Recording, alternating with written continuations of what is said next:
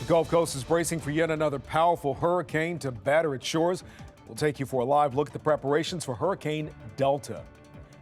We hear it all the time from city officials: get illegal guns off the street to help reduce violence. But why did one effort to do that face such resistance from the city council?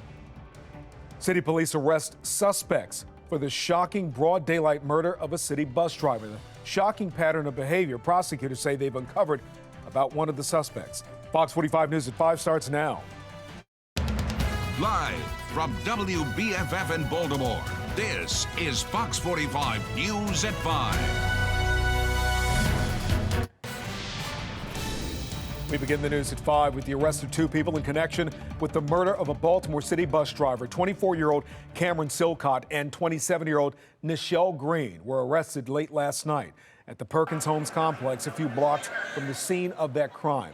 Fox 45 News cameras were there as the standoff ended and the suspects were taken into custody. Now, police credit help from the community in bringing the suspects to justice. My message to the community is we cleared this case with your help. We need your help with other cases. And this is exactly how we reduce murder in Baltimore and how we hold people accountable when they commit these heinous acts. This is exactly how it's supposed to be done.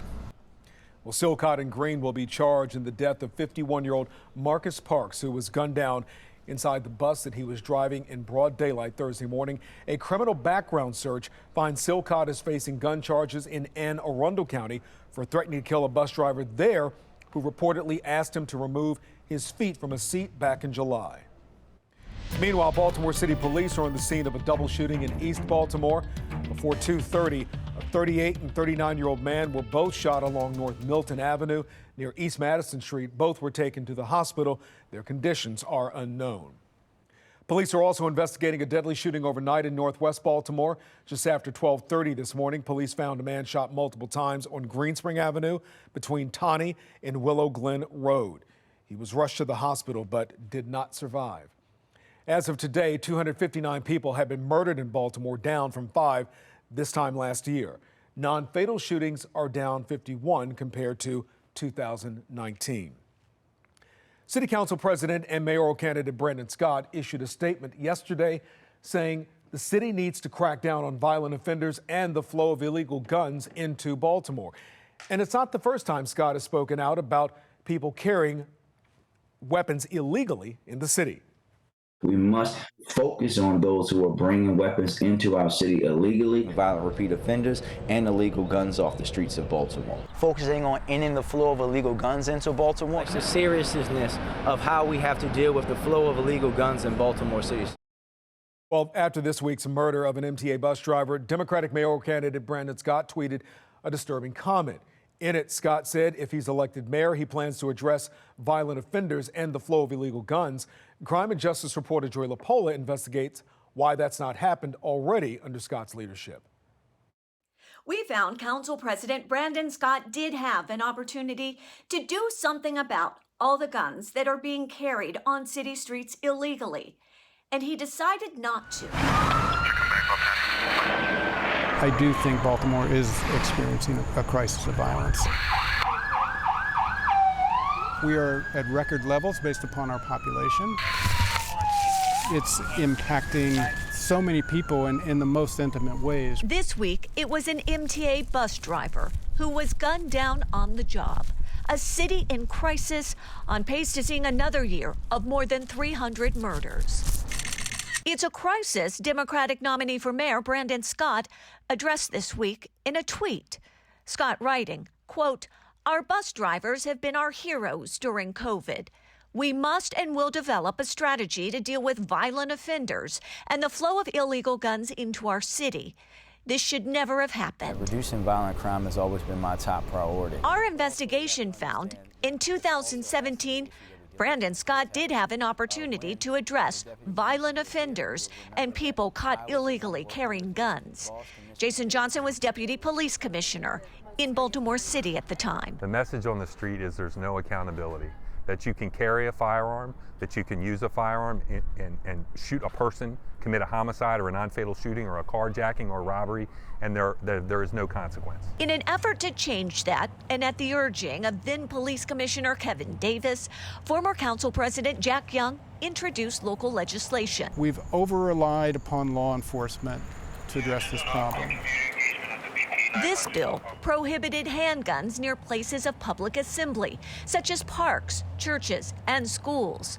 The misdemeanor imposed a mandatory sentence of 1 year and a $1,000 fine. We are talking about guns in the context of the streets of Baltimore. As public safety chair, Scott opposed the bill and did everything within his power to see it fail. In the end, an amended version of the legislation did pass by 1 vote. They poison pilled the bill. They passed it, but it does not serve the intended purpose. During an interview last year, I asked Scott about his actions. You voted against that measure. Yeah, because it makes no sense. There's already a 5-year mandatory minimum at the state level. So when you talk to the folks who reduced Baltimore's violent crime to its lowest numbers, they don't think that that bill was necessary. They think that the folks didn't have the right plan, the right action, the right people to reduce crime in Baltimore. Not to mention, we know that we have 30 years of data that says mandatory minimums don't work. They actually have the opposite impact. If elected mayor, Scott says his approach will focus on targeted enforcement while simultaneously attacking violence through public health. During this year's session, a priority of Governor Larry Hogan's was the passage of the Violent Firearms Offender Act. Under the act, stiffer sentences would be imposed on individuals caught illegally possessing firearms. At the time it was introduced, Maryland Democrats indicated it was unlikely to pass. Joy LaPola, Fox 45 News. Here's a breakdown of how the council voted on the firearm bill at the time. In favor were then Council President Jack Young and council members Yitzi Schleifer, Middleton, Pinkett, Bullock, Reisinger, Costello, and Stokes. Opposing it were council members Cohen, Scott, Dorsey, Henry, Burnett, Sneed, and Clark. Now, Fox 45 reached out to all the sitting council members to explain their vote. Only Council President Scott responded, reiterating his position of the ineffectiveness of mandatory minimum sentences. We'd like to know what you think. Should the city council have taken stronger action against people carrying guns illegally? To weigh in, go to foxbaltimore.com/vote. Hurricane Delta is making landfall in Louisiana this evening, and it is the second major hurricane to hit the state since late August. Hurricane Laura caused more than 30 deaths and billions of dollars in damage. Jordan Bonke joins us live right now from Lake Charles, Louisiana, with the conditions right now. And Jordan, we can see the rain coming down right now. How bad is it? Well, the wind is causing this rain to almost look like white sand on top of these roofs. A lot of these roofs beaten and tattered. I want to step out of the way so that you can see what Hurricane Laura did back to some of the structures on August 27th.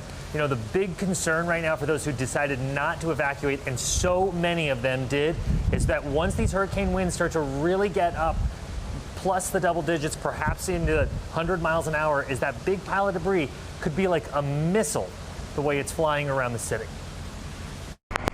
Flooding started early afternoon Friday for Lake Charles, well before Delta's landfall.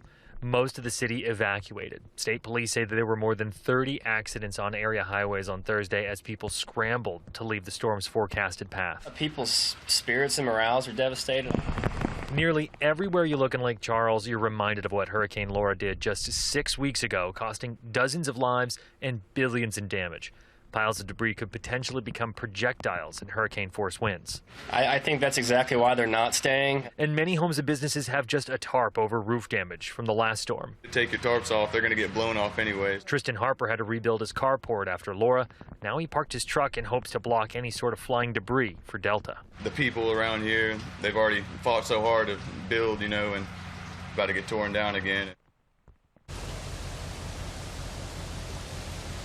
There is a curfew that goes into effect in a couple of hours here in the Central Time Zone, 7 o'clock tonight, and that's till 6 tomorrow morning. There's already a precautionary boil water ban that's in effect as of right now. The governor said hopefully the good news is that this storm is moving above 10 miles an hour, and this could be out of here before the end of the weekend. We're live tonight in Lake Charles. We'll send it back to you guys. Jordan, thank you. So, Ashley, Jordan Bonke down there in Lake Charles, and you can see the rain whipping up. Is that pretty much what you've been expecting?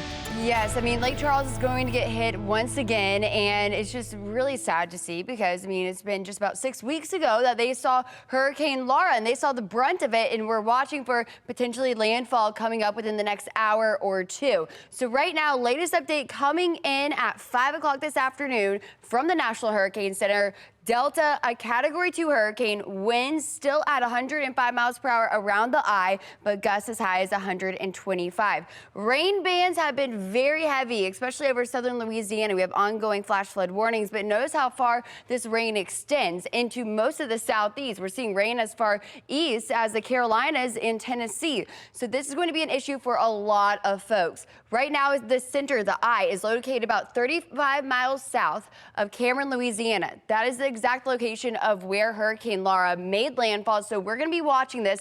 Could make landfall in that area as well. Lots of heavy rainfall already. Rain, winds, even storm surge is going to be an issue for Louisiana. This will be bringing us impacts here in Maryland. I'll break down what we could see here coming up in just a few minutes. Kai? Ashley, thank you.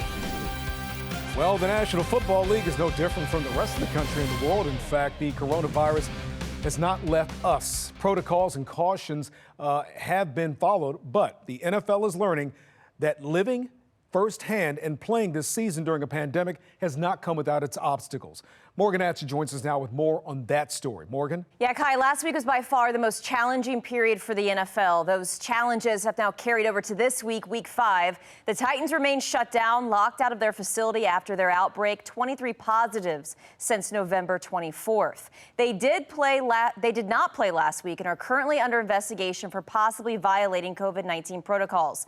But some good news, all tests were negative today. The Titans could practice Saturday and play week 5 against the Bills Tuesday, but that depends on more testing. If that happens, Thursday night football between the Bills and Chiefs will move to Sunday the 18th.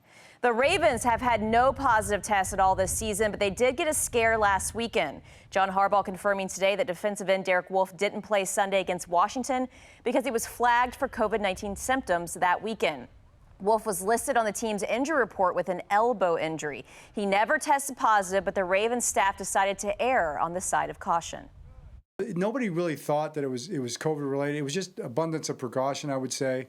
And out of, if it comes up late like that, you don't have a chance, because he continued to pass tests the whole time and still has. But sometimes you're just going to have to say, hey, we're just going to have to play it safe here. And that's what we did. It was over the weekend that happened.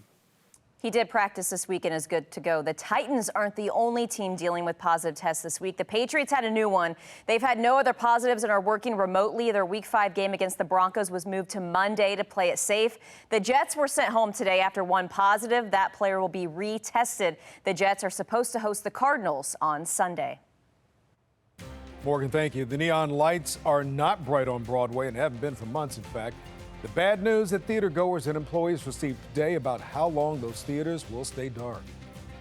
It's a shocking and brazen sight to see on city streets. Dirt bike riders running roughshod through city neighborhoods.